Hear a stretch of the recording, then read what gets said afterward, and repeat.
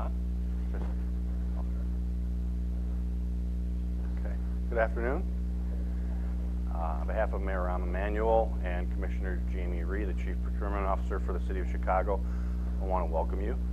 I also want to thank you for taking time out of your business schedules to be here to learn about programs, incentives, and ordinances of the City of Chicago related to City of Chicago public procurement.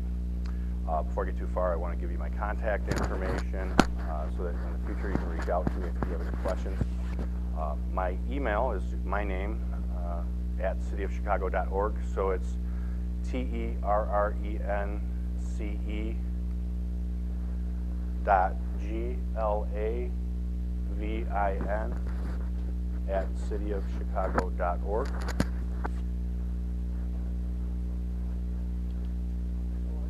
Correct. And the office number I can be reached at is 312-744-0851. I'll note again that we are live streaming, so if there's anything you've missed as far as my contact information or anything else in this presentation, you can go back online and double check to either correct, gather more, or just to review again anything we've covered today. What I'll ask is that we save questions till the very end, and then we'll cover those. That way we can get through the material, and then we can focus on some specific subjects that are of interest to you at the very end. So why don't we get started?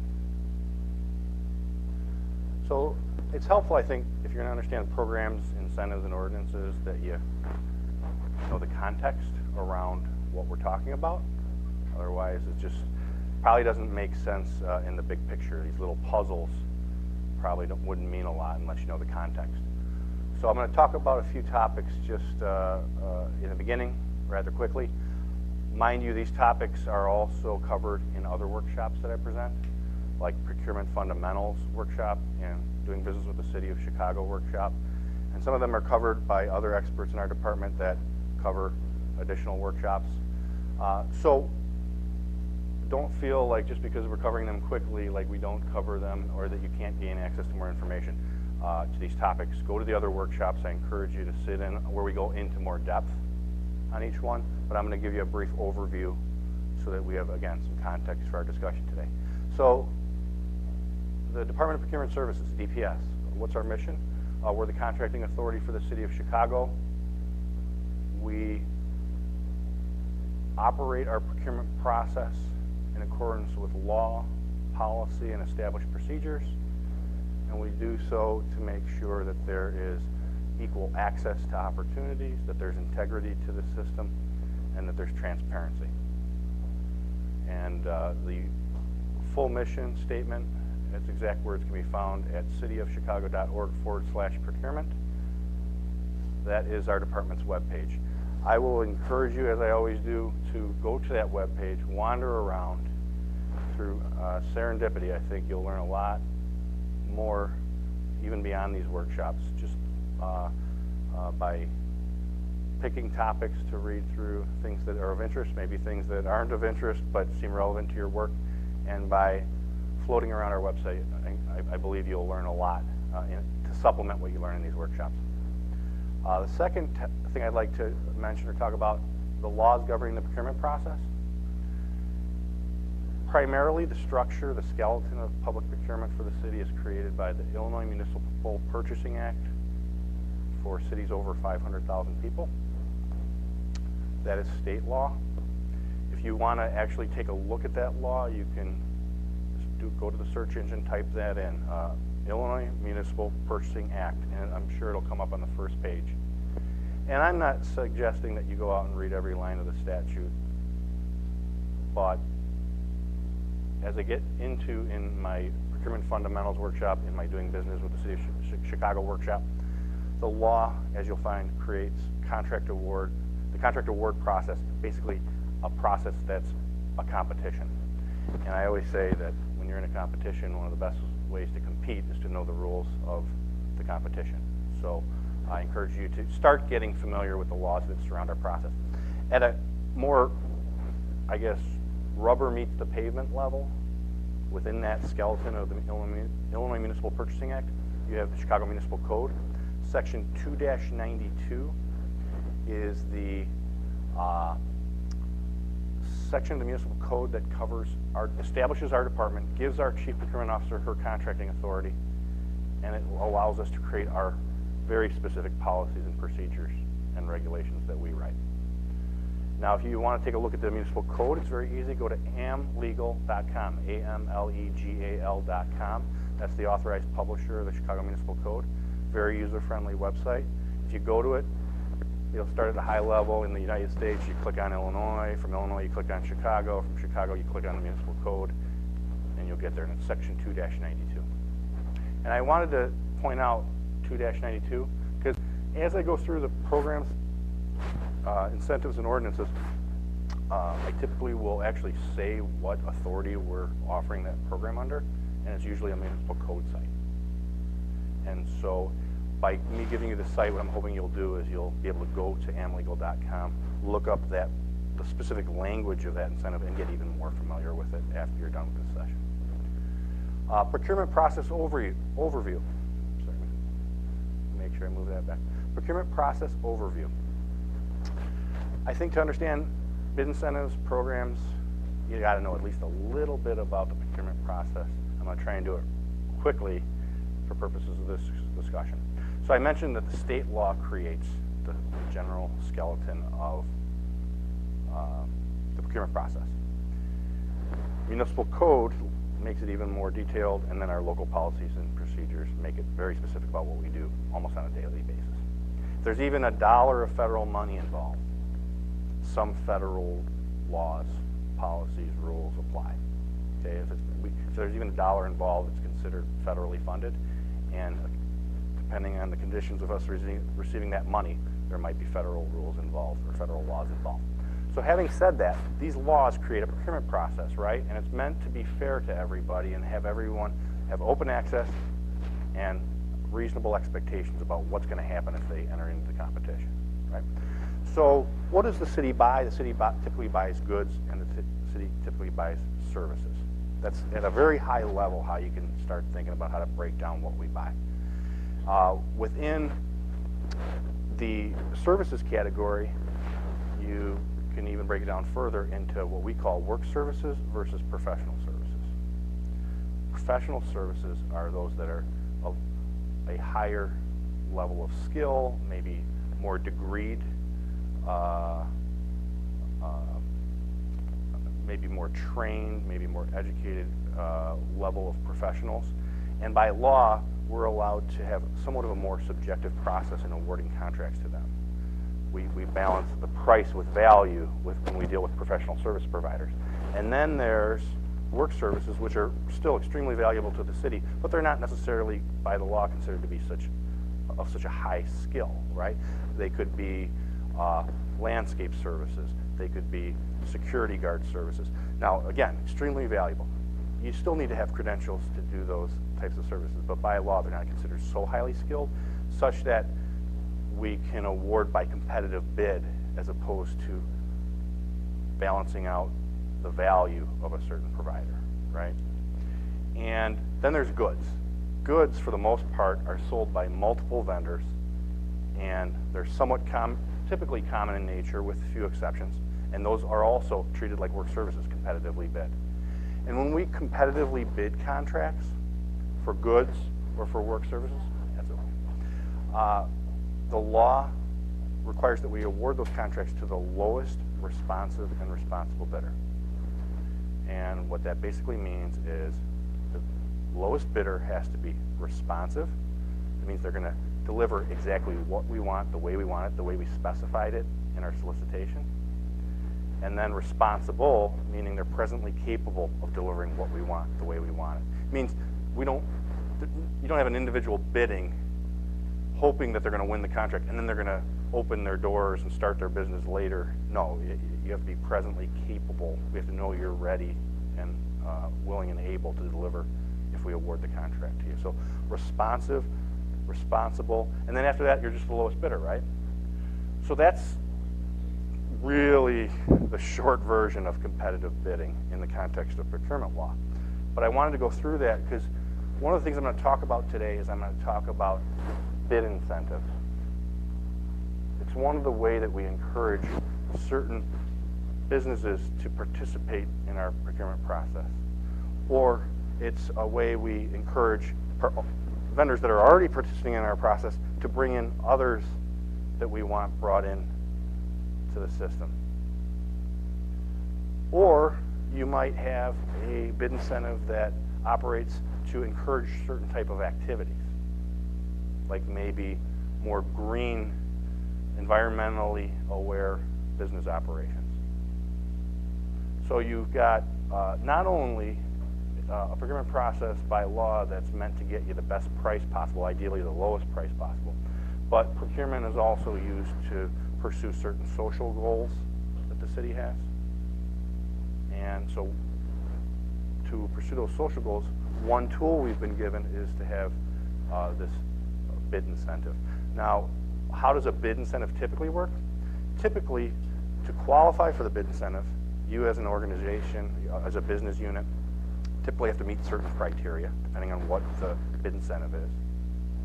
And then,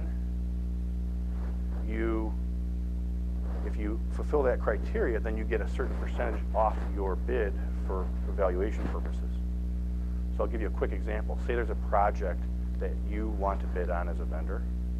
You bid and you qualify for a certain bid incentive. So you indicate, I want to use this bid incentive. I qualify for all the elements or all the requirements. And let's say that bid incentive, I'll just use a generic sample. Say there's a bid incentive of 5% for being in a certain category of businesses, and you qualify for that category. 5% means if you bid $100,000 to try and win that project, and your neighbor bid $100,000, but they don't qualify for the bid incentive, and there's a 5% incentive that you qualified for, what happens? That means when we receive the bids and we're evaluating them to see who's going to get the contract, it means for evaluation purposes only, we take 5% off of your bid. So your bid's actually $95,000 now, and your neighbor's is $100,000 without the incentive. So you win. We award you the contract.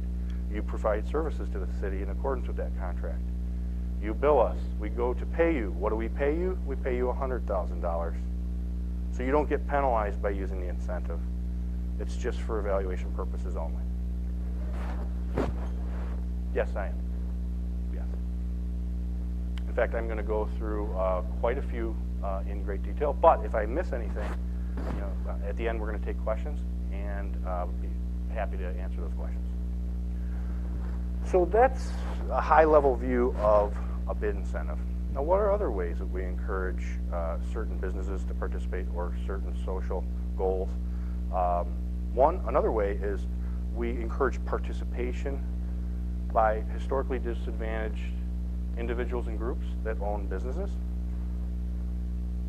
And we have certain incentives to get those firms to participate and bid directly as prime contractors. And then we also have programs where we encourage primes that are not qualified or historically disadvantaged to bring in as subs certain historically disadvantaged individuals or businesses or groups.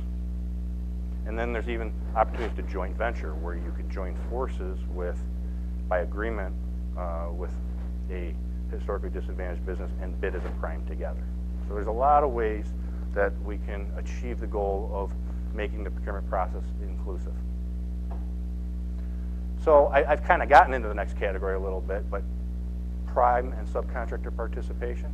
So just for clarification, everybody, prime is a contractor or vendor that actually bids directly on a city project, and then a subcontractor is a third party who establishes a contract with the prime contractor that's bidding and performs a portion of the work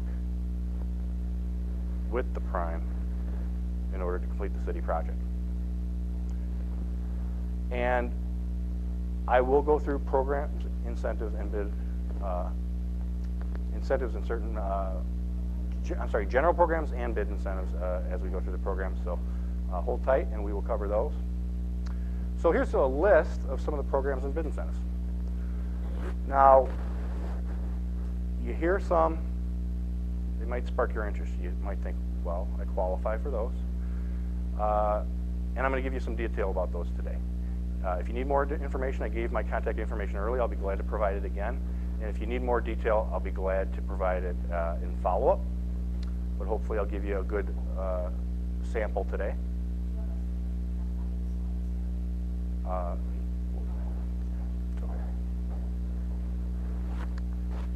you go. Okay. So then there's going to be certain programs and incentives where you feel like, I don't qualify for that at all. I encourage you just to still listen through, because what's happening is programs and incentives are evolving all the time. We roll them out, and then over time we realize, well, it's accomplishing the goal, so we don't have to touch it anymore. Or it's kind of accomplishing the goal, but not as many people are using it as we thought we would, so we tweak it a little bit. And suddenly you might find that there's some incentive that you didn't qualify for currently, but in the future you do. So just, I want you to be aware that these are out there, because you never know through evolution how you might work your way into the fold. So Small Business Initiative Construction is one program. Diversity Credit and Mentor-Protege program. I'm going to cover all those in detail. And then there's bid incentives for veteran-owned and small businesses. There's business enterprises owned by people with disabilities. We have an incentive for city-based manufacturers, city-based businesses, utilization of apprentice workers, alternatively powered vehicles being utilized by companies in the area where projects are being performed, project area subcontractor requirements, and project resident ordinance. So those are the general topics I'm going to run through today, and I hope at least the majority of them are helpful to you. Let me make sure I didn't skip. Okay. So we have the Small Business Initiative, or SBI, for construction. Now get used, if you haven't been doing business with government or with the city, get used to acronyms all the time. It's SBI, it's DPS, it's CDOT. You know, no one ever says the full name of anything after a while. So get familiar to using and becoming familiar with the acronyms. And that's actually a little tip that I talk about in doing business with the city of Chicago. Start learning the language, right? You're all in business in different industries, and over time you probably start speaking your own language with your customers and amongst yourselves, right? And we do the same thing. Sometimes we even forget some of the things that are just so second nature to us as far as the language we use in our daily work. We forget that some folks don't really know. Like a perfect example is even when you think you know something, it might not be correct, is RFQ, for example. We really consider an RFQ a request for qualifications, but if you go to a lot of other jurisdictions, RFQ is a request for quote, which is actually a big difference, right? Because a request for quote means it's a competitive bid, usually for a small or smaller price amount, right? Total contract value. And then in our system, RFQ typically means it's actually for professional services, and that you're competing with your qualifications only to get into a pool to compete for task work. So you get my point. It can be very different. So start getting familiar with the language and speaking the language and being familiar with how we use it as well. It's going to benefit you. It'll benefit you even when you're just calling our department and asking questions and you want to speak to somebody. It's good when you already speak the language a little bit. So the goal of the SBI construction is to encourage small businesses to participate in city-funded construction under $3 million in total cost. Okay? So what's the point of this initiative, or what's the benefit? Vendors that qualify actually, it's not even an incentive as far as like a percentage off your total bid. This is different. You are exclusively allowed to bid with other SBIs, excluding non-SBIs. So it's a great opportunity to get into a limited competition and give us your best price. Now to qualify, you have to be a small local, and when I say 6-county, right, Cook County and the surrounding counties around Cook, the 6-county region. So, those type of small local businesses are going to be the exclusive bidders. There are 2 tiers, so we break it down even further. There's SBI 1 and SBI 2. SBI 1 is for projects that are less than $3 million. In order to qualify, you have to meet Small Business Association size standards for your company. Now that's a little bit detailed. If anyone wants to sit down and talk about those standards, I'd be happy to sit down and get into some detail to see if you fall within those numbers. And then we also have a unit that specifically focuses on certification and compliance, and we've got a great staff that's able to help everybody determine whether or not they fall into certain requirements. Yes. Right. Our staff can offer guidance, though. We're glad to be of help. Okay. Now, SBI 2 is for projects less than $2 million, and then you only have you have to be at half the SBA size standards. So we hone everything down to make competition, I don't want to say easier, but to make the competition more interesting and more opportunity for matching small projects with small firms so that everyone gets a chance to be part of the opportunity. Oh. Okay. What's the diversity credit program? Now, I talked earlier about how prime contractors can bring subcontractors in to meet certain goals of public procurement, right? And one of the goals of public procurement is to have firms come in, and it's actually in the Chicago Municipal Code under 292.530, and you can also look at 292.720E. And I mentioned earlier, amlegal.com is the online publisher for Municipal Code if you want to look at it, amlegal.com. But basically in the Chicago Municipal Code, there's a section that sets goals for bringing on participation by historically disadvantaged groups, including minority owned business enterprises and women-owned business enterprises, MBEs and WBEs. Those firms, in order to meet our goals with the city, do have to be certified as such. And so that's a little different. Your question earlier was relevant because you talked about, well, do you have to be certified by the city? And it's a little different than MBE, WBE, and then there's DBE, there's ACDBE. There's a lot of different certifications. Those type of certifications do require certification by the city of Chicago or another agency or organization that we have reciprocity with. So, what are the goals through that ordinance that I keep talking about? Well, the goals are that a certain percentage of MBE, a certain percentage of work will be performed by an MBE, and a certain percentage of the work will be performed by a WBE. And the percentages can vary, so it's important when you get the solicitation that you look at the requirements of the opportunity and you make sure you're aware. Is there a requirement that there be MBE and WB participation? And if so, in what percentage? And let's say, for example, let's use the same example I used earlier. There's a project, you bid $100,000, but let's say in that same project that there was 5% MBE requirement, MBE participation, and let's say there was 5% WBE requirement. So what does that mean? It means that when you bid on the contract and you win, you promise to bring in a real MBE certified contractor to come in and do 25% of real work in exchange for $25,000, right? 25% of what you bid on the contract. In turn, the WBE does 5% of real work that you bring on and gets $5,000 or 5% of the money that you get paid by the city. And why do we make it such a commitment that there actually be a real certified firm doing real work for real money? Why not just promise you're going to give $25,000 to an MBE, and why not promise that you're just going to give $5,000 to a WBE? Well, the answer is because the goal is not just to allow historically disadvantaged firms to get a piece of the pie in the form of money, but it's also to help those business organizations build capacity through experience on an actual job, learning what it's like to work for the city of Chicago. For example, if you're doing work out at the airport, to learn what it's like to get security clearance and to mobilize onto airport property.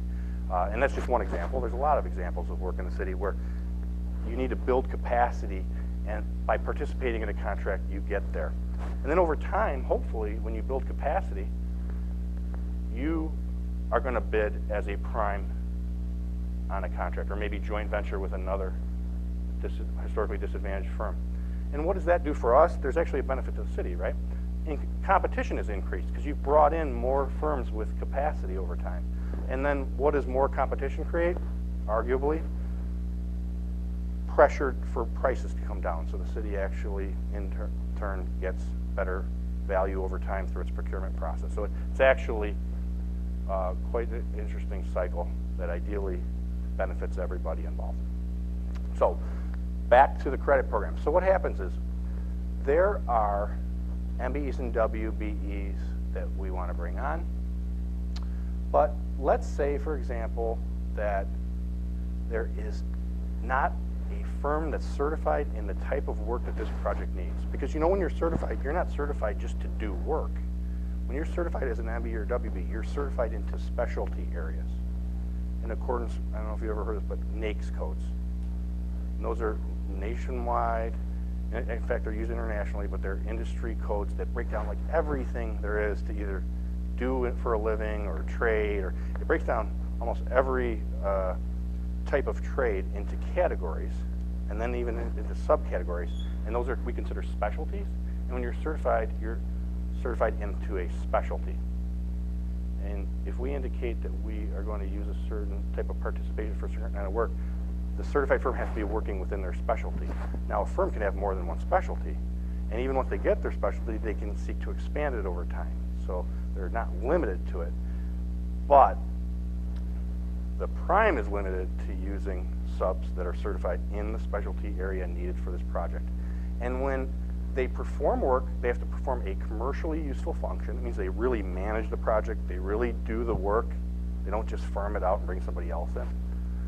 And when they do that, that's direct participation, when they're actually working on the project. But sometimes, as I mentioned, there's not firms that are certified in the specialty area. Believe it or not, sometimes there are none. So what's a vendor to do? They can go out and they can utilize certified firms on projects and non-city projects that are not related to this specific bid or this specific project, and then get credit for some of that money paid to that certified firm on unrelated work. But they still have to perform a commercially useful function on that work, and then the value of that credit goes to $1 instead of the direct value. So for every $3 they spend on the firm performing indirect participation, they get $1 of credit towards the compliance on the project that they're currently bidding on.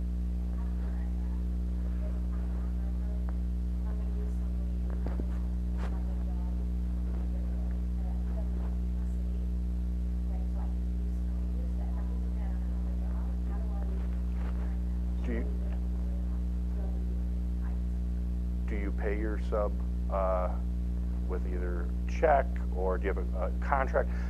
Yeah, there's good. It'll be at times case by case, but that doesn't mean it's not going to be documented, right? So I don't know that as we sit here I can tell you a specific formula, but what I can do is I can tell you it will be documented by you, it will be submitted to us, and we will review it. And then also, if you have a specific project in mind that you're thinking about, I'll be happy to talk with you about the details of how to document that as well. Okay. All right. So for every $3 paid out, you get $1 of credit. There's a maximum credit on your city contract, though, of 5%, right? Correct. And then credits may only be used once, and they expire after 1 year. So you can't go in the Wayback Machine to services that were delivered, say janitorial services delivered for your headquarters in 1998 are not going to qualify for use here. But with all that in mind, it's a great way to encourage participation. It's great because sometimes there just are not opportunities. And then what's the solution? Well, we don't want to just waive the goals and not get anything out of it, right? So this gives us an opportunity to encourage certified firms to participate even in the private sector with the carrot or the incentive that they're going to be able to bring that benefit over to their contract bid in our process. Okay. So we also have a mentor program. This is designed to increase participation and capacity of MBE and WBE organizations or businesses in city contracting by making MWBE utilization and mentoring eligible for credit toward MBE, WBE goals on city contracts. So I've gotten into great deal. I won't go over again how goals work and how participation works, right? We've got that down. So now we can talk about how you can enter into a mentor-protege agreement. So you're a big prime contractor, you've done business with the city a lot, or maybe you haven't done business with the city a lot, but you're familiar with the process and you're big and well organized and experienced, right? So what you can do is you can say, hey, I want to help out and help this firm over here, an MBE or WBE build capacity. I'm going to enter into a written mentor-protege agreement with them that's going to detail how I'm going to mentor them, how many times we're going to meet, where we're going to meet, what members of my staff are going to be assigned to provide, for lack of a better word, coaching. We're going to review, how to bill the city, how to manage your back office, and we're going to bring them on to do work on the project. No, we're going to get to apprentice utilization, which is closer to what you're saying. This is actually bringing in a business partner to a certain degree. Now, it's not a joint venture. I don't want to go that far, right? A joint venture is much more formal, cooperative agreement between two companies. This is more of a, it's one business entity that's experienced, agreeing in writing to mentor another business entity that's certified as an MBE or WBE. And bringing that firm under its wing and working on a project together, but during that project doing more than just getting the project done. Also taking time out to offer true mentoring activities for the MBE or WBE that's brought in. Okay. So like an example is, you got a construction site, you're working all day with that MBE, WBE firm on the site, laying concrete, building. When the day's done, you don't just go home. Maybe you go back to a regularly scheduled meeting, back at the office or, on site, where you sit down and you go over, what went wrong today? How do we manage this better? Okay, here's the work. Let's see your billing. How would you bill this? Let's show you how you can bill it, more accurately. And then, having ongoing training sessions. Again, not just doing the work of the project. And if you have a mentor-protege written agreement approved, and it must be approved by the Chief Procurement Officer, Jamie Reed, then you get an additional credit, a maximum additional credit of 5% participation. But specifically, you get 0.333% participation credit for every 1% performed by the protege. So the protege is working on the project, right? And the protege crosses the 1% line, well then, and there's a mentor-protege agreement, well then that actually meant 1.333%, right? And then you get, and I'm terrible at math, but then you get to the 2% line performed by the protege, then you're actually getting 2.666, right, credit. So you're getting extra credit for having the mentor-protege agreement. The program must be meaningful. It must be designed to assist the protege to becoming self-sustaining, competitive, and profitable. And you must indicate on your bid that you're going to be using this program. So we have to know it's coming so that we have a chance to review it. And it's under 292-535 of the Chicago Municipal Code. How about veteran-owned businesses working with small business is in a joint venture? Remember I mentioned a joint venture is a written agreement where two parties get together and they basically agree they're going to join their human, their financial resources oftentimes together to perform a specific task, sometimes multiple tasks. That's a joint venture. Now the goal of this program is to increase contracting opportunities and participation by veteran-owned business enterprises and small businesses. The key points are that veteran-owned business enterprises must be owned by 51% or more veteran ownership. Okay? And then you've got your small business and you've got your veteran-owned business. They form this joint venture, and they typically have to have at least 30% interest, right? You could even have an outside party, but you typically have to have at least 30% ownership or beneficial interest and control in the joint venture by the vet business, and then an equal amount or more by the SBI, and I'm sorry, the small business. And the reason for that is, right, we don't want to just give these benefits out because, you know, you give a veteran business, you know, 1% of this joint venture you've formed, and they're really not involved. They're not really getting any benefits. So it's got to be meaningful. Again, 30% each at least. And then if you qualify, it's 5% bid or proposal incentive. And I won't go over again how the bid incentive works, but it's 5% off whatever it is you bid, right? So that's, in my example, if you bid $100,000 and you qualify for this, your joint venture would actually be evaluated at $95,000.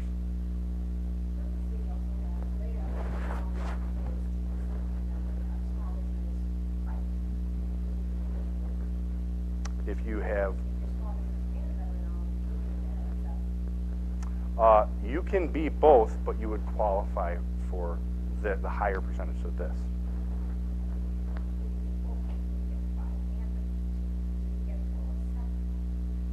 Okay.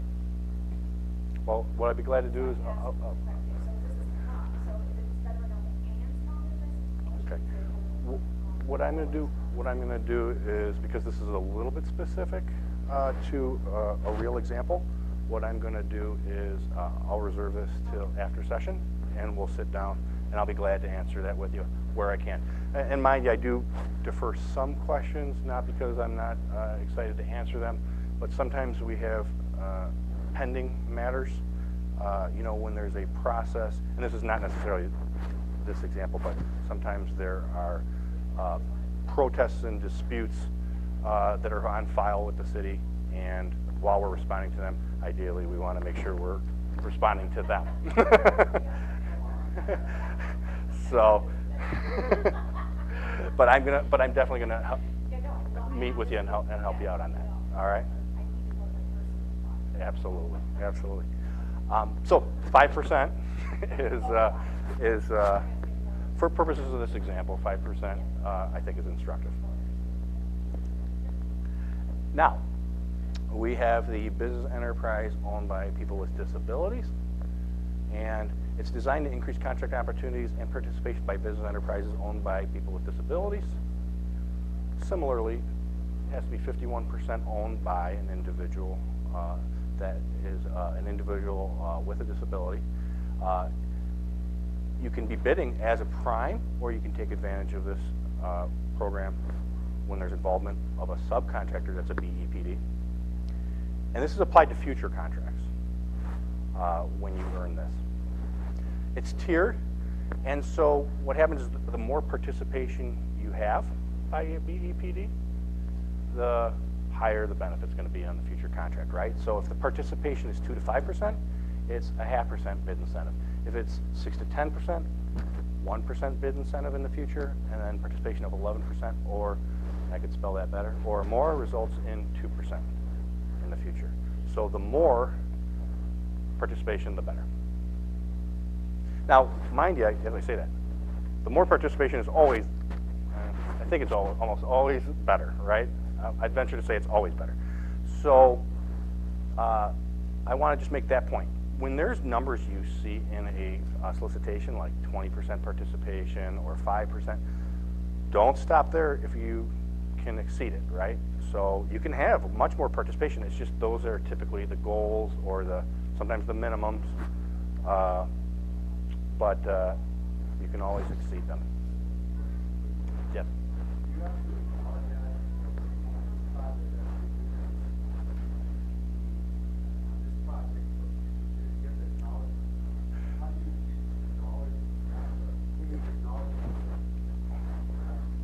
Right. Well, if the bid incentive is of a kind that's used on the present project, the answer is always. You have to let us know you're relying on it, right? But Right. If the incentive is something for the present, you're not just banking it for a future project. If something's for the present, you need to let us know, and there will be places for on the bid documents to indicate it. Now, if it's in the future, if it's something you bank, read the solicitation documents, and it'll tell you whether or not it's something you have to memorialize now, or if it's something that you just have to keep track of, and then you can document and show proof of it later. So I would say always read the specs, front to back, line to line, word for word, cross your T's, dot your I's, sign where you're supposed to sign. Always. But to answer your question, yes. If you're thinking, do I have to document this now, even if I'm going to use it in the future? Read those specs very carefully. It might say that you do, but if you don't, make sure, if you believe you qualify in the future, even if you didn't acknowledge it, make sure you keep track of what you're doing in the meantime, as far as who you're using, how you're paying them, and all that. And you always want to have your documentation, because documentation is key, even if later in the day you realize you need it and you didn't even plan for it. It's good just to keep all your documentation, including your participation and utilization. How about city-based manufacturers incentive? This is, I think, pretty straightforward. It's designed to increase contracting, supply opportunities, and participation by city-based manufacturers. So say we have a supply contract, and what we want to do is we want to encourage vendors to get supplies that are locally manufactured to sell to us. The manufacturer has to be licensed, taxed, and operating in the city. The total contract that we're awarding has to be $100,000 or more. And it's tiered. So if the goods being bought by the city, say there's $100,000 of goods, if 25% or $25,000 to $49,000 are actually locally manufactured, or I'm sorry, city-based manufactured, then you get a 1% bid incentive, and then the percentage goes up, right? 50 to 74% goods being city manufactured, then you get 1.5%, and then 75%, let's say 75% of the goods we're buying through the contract are city manufactured, then it goes all the way up to 1%. That doesn't make sense, does it? I'm going to double check those. Because of the way that reads, you actually get more percent for, right? So let me do that. Let me correct that. I believe what it is 2%. Okay. So we will correct that. So see, when I stand up here, I'm actually trying to think it through. So, but the main idea is, I hope you'll go to the municipal code, but it is a tiered incentive.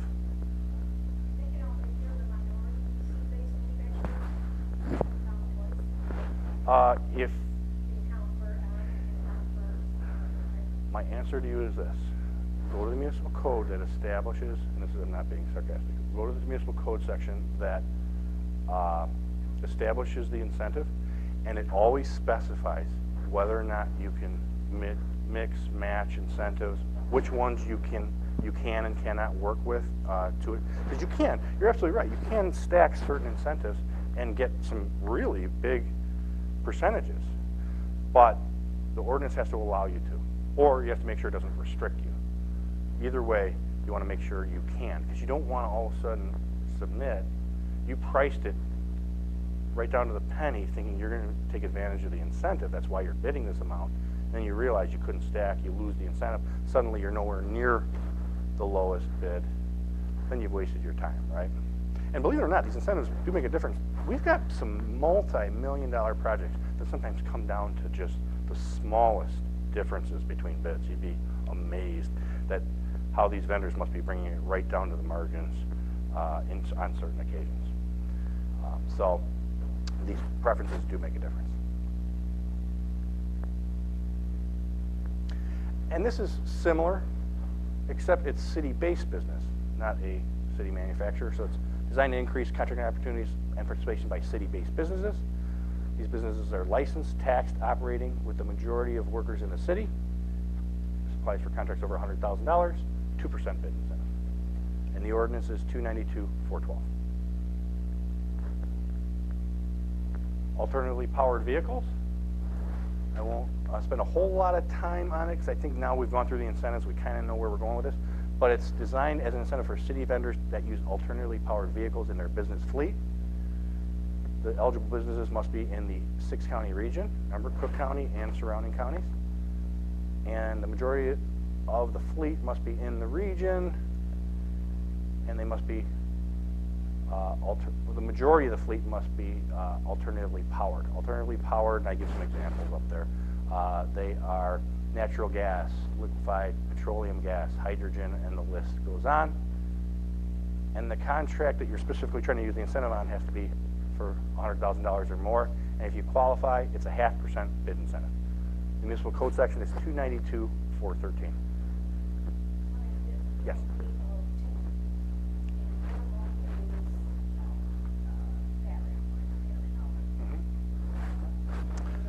Well, you have to meet all those elements, right? You have to be in the 6-county region. You have to be, right. I think the minimum number is larger than that.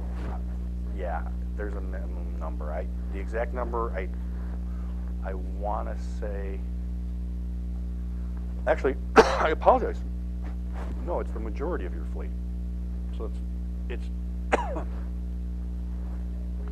right.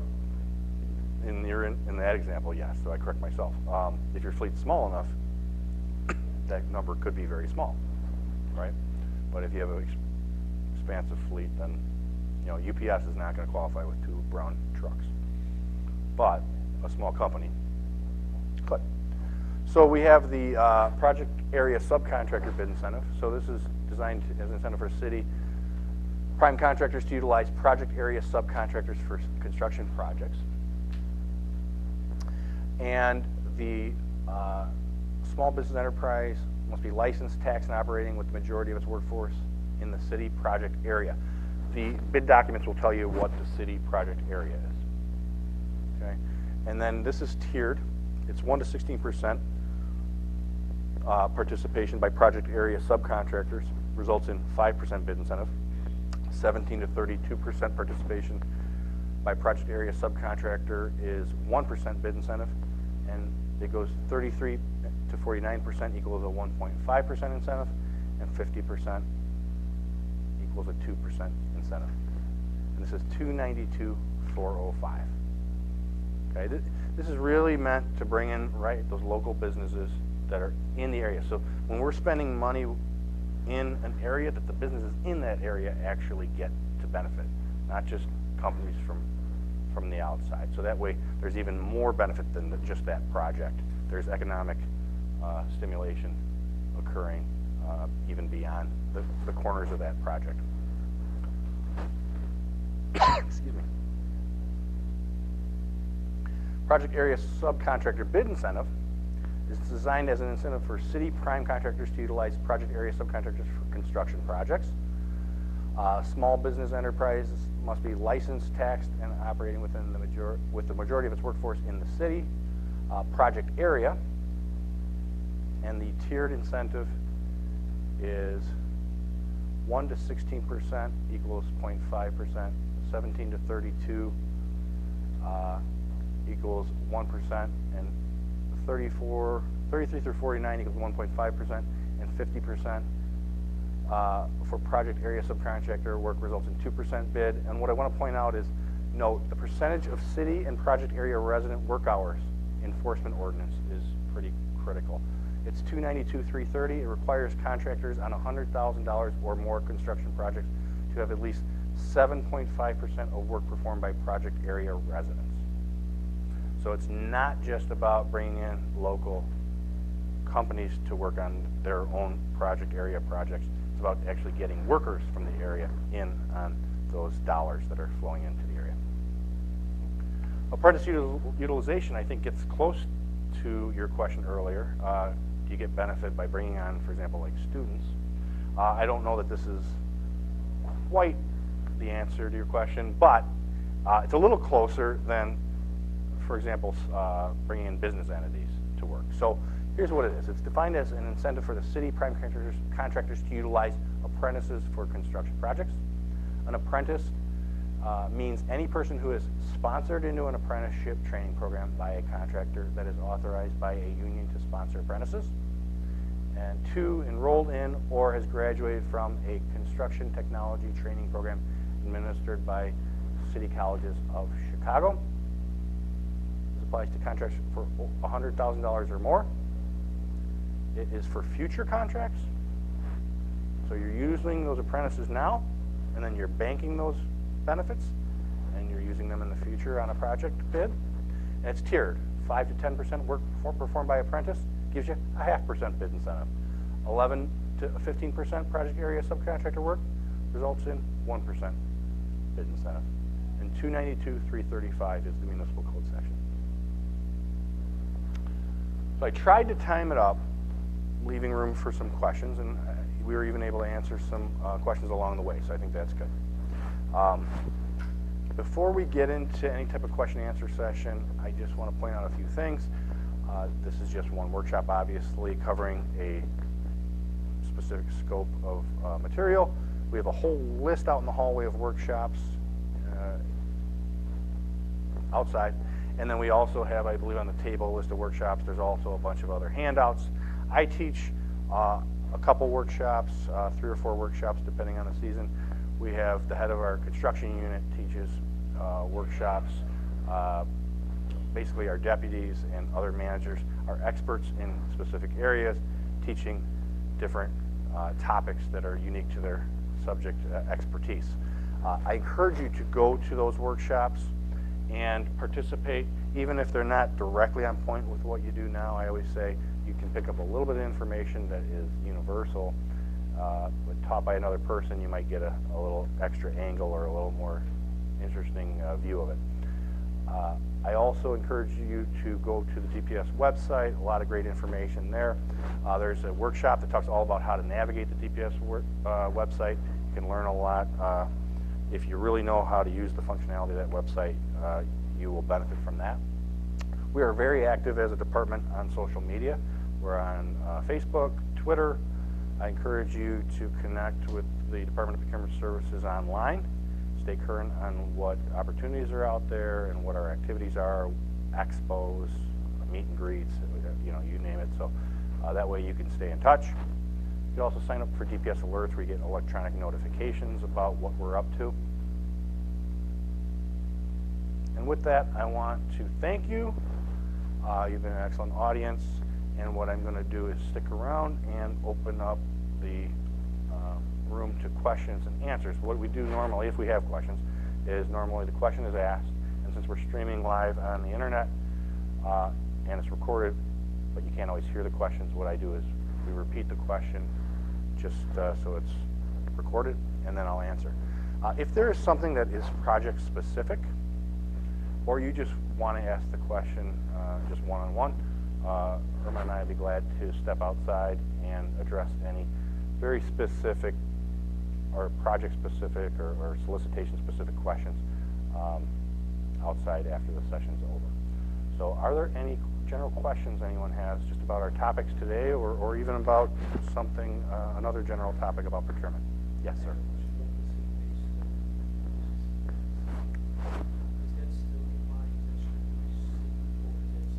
6 county. Correct. Well, actually, I should, let me go back to the slide.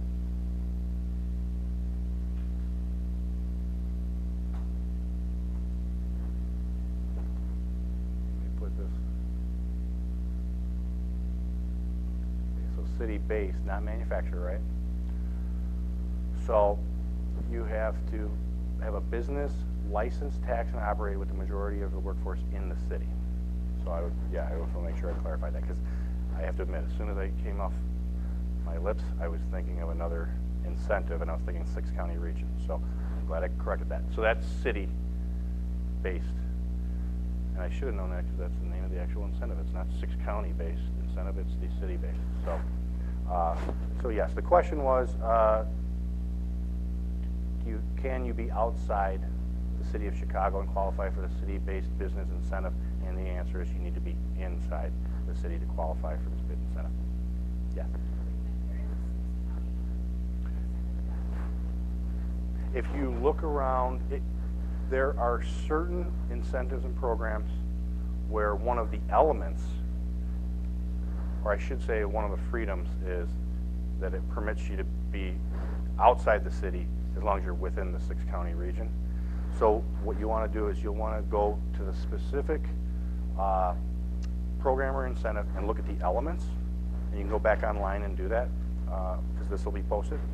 Look at the elements, and when you look at the elements, you'll be able to see which ones, because it's not just one. I know 6-county region flexibility is actually in a couple programs and incentives. So I would go to the one you're interested in and see what the elements are, and see if it's city restricted, or if it's you have the freedom to go to the 6-county region. Any other questions? Okay, I think we're all set. I will stick around for any questions afterwards. Really appreciate your time. Hope you enjoyed it, and we'll look forward to seeing you again.